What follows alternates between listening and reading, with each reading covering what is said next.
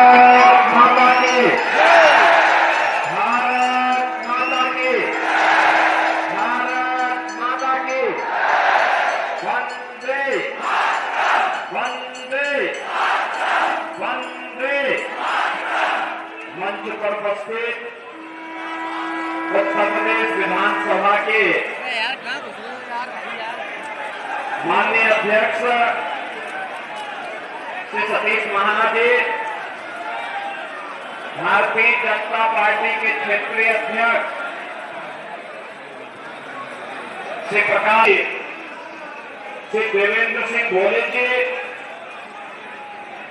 कानपुर से भारतीय जनता पार्टी के लोकप्रिय प्रत्याशी श्री रमेश अवस्थी जी, सुरेंद्र मैथानी जी, सलील बिश्नोई जी, अविनाश सिंह जी, भारतीय जनता पार्टी के सभी सम्मानित पदाधिकारीगण, जनप्रतिनिधिगण और भारी संख्या में उपस्थित कानपुर नगर और अकबरपुर से जुड़े हुए मेरे सभी उपस्थित बहन और भाइयों,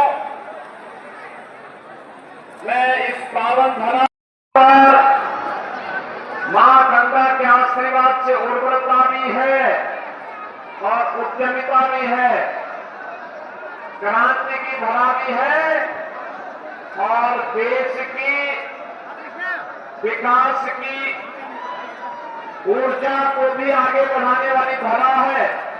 ऐसी पावन धरा को कोटि कोटि नमन करते हुए आप सभी बहन और भाइयों का मैं हृदय से अभिनंदन करता हूं, स्वागत करता हूं। बहन और भाइयों, लोकसभा चुनाव का चतुर्थ चरण का प्रचार आज सायंकाल बंद हो जाएगा। 3 चरणों के चुनाव हो गए हैं। 285 लोकसभा सीटों पर चुनाव संपन्न हो चुके हैं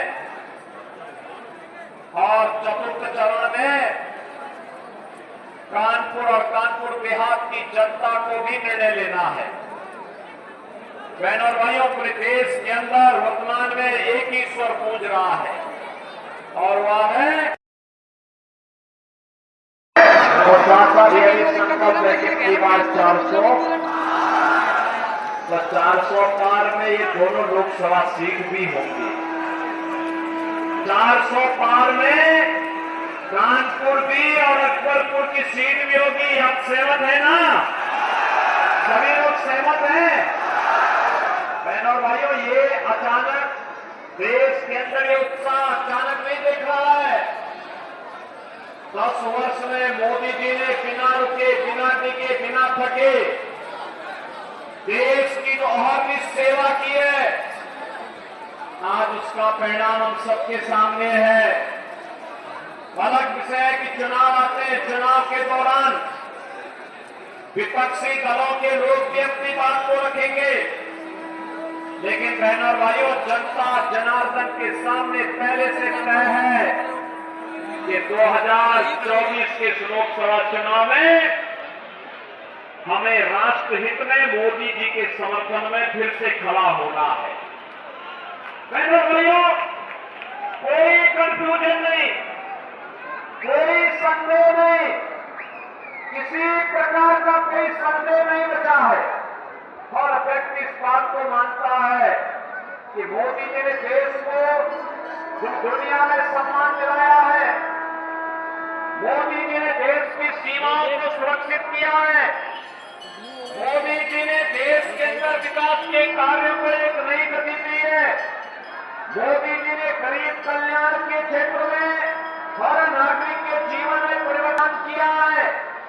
लेकिन कांग्रेस के नेतृत्व में जो इंडी गठबंधन है, बहनों और भाइयों, इंडी गठबंधन अपनी नकारात्मक राजनीति के कारण लगातार अपनी विश्वसनीयता को खो रहा है।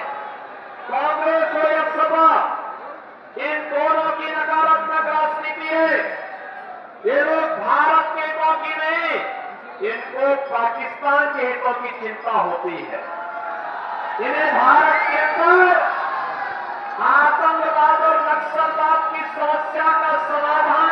चिंता नहीं, इनको तो आतंकवादियों पर दायर मुकदमों को वापस लेने की चिंता होती है।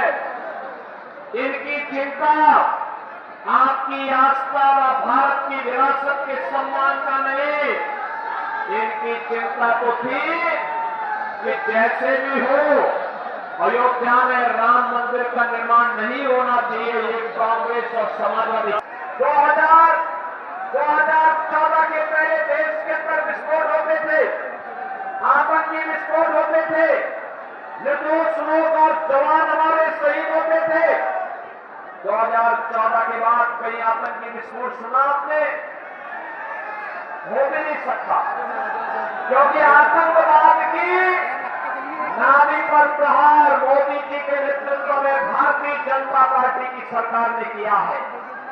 आज आतंकवाद में, नक्सलवाद में, बल्कि अगर कहीं जोर से पटाखा भी फट जाए ना तो पाकिस्तान सबसे पहले सफाई देता है कि नहीं नहीं मेरा हाथ नहीं है, क्योंकि पाकिस्तान को मालूम है कि अगर देर कर दी तो कहीं लेने के देने न पड़ जाए। ये नया भारत है, छेड़ता नहीं है, लेकिन कोई छेड़ता है तो इस नए भारत की ताकत का एहसास आज दुनिया कर रही है। और इसलिए बहनों और भाइयों, आज जब दुनिया के अंदर हमारा सम्मान बढ़ा है, सीमाएं सुरक्षित हुई है, भारतीय जनता पार्टी की सरकार ने सफलता प्राप्त की है।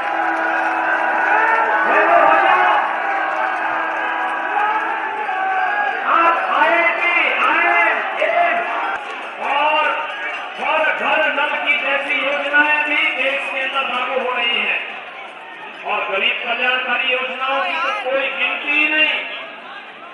देश के अंदर 4 करोड़ लोगों को घर भी मिले हैं। बहनों भाइयों, विकास और गरीब कल्याण के साथ साथ स्वतंत्र भारत की पहली सरकार है जिसने बिना रुके, बिना डिगे, बिना थके अनवरत कार्य करते हुए आप अयोध्या में कितने लोग दर्शन करने के लिए गए? आपको नहीं अयोध्या होती कि नहीं होती है? अयोध्या कैसे लगती है? अच्छी लगती है ना? तो बहनों और भाइयों, इसी अयोध्या के बारे और समाजवादी पार्टी के महासचिव ने क्या कहा? राम मंदिर का निर्माण बेकार हुआ है।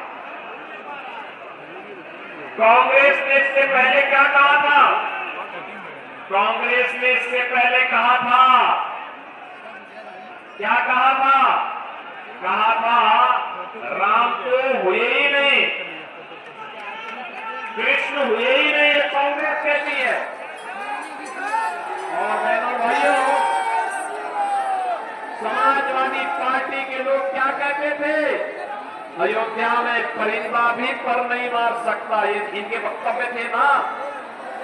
और जब समाजवादी पार्टी की सरकार थी तब राम भक्तों पर गोली चलाई गई थी, और अयोध्या में राम जन्मभूमि पर आतंकी हमला करने वाले आतंकवादियों के मुकदमों को समाजवादी पार्टी ने वापस लेने का कुत्सित प्रयास किया था। आप मुझे बताइए, जो लोग राम मंदिर का विरोध कर रहे हैं, आतंकवादियों का समर्थन कर रहे हैं, भारत की सुरक्षा में सेंध लगाने वालों का समर्थन कर रहे हैं, क्या इनको सत्ता में आने का अधिकार होना चाहिए? क्या ये लोग सत्ता में आएंगे? और सत्ता में आएंगे तो फिर क्या करेंगे? आतंकवाद का पुराना दौर फिर वापस आएगा। आज जो परिवर्तन आपको दिखाई देता है देश के अंदर, बहनों और भाइयों, यह सच है कि मोदी जी के नेतृत्व में परिवर्तन हुआ।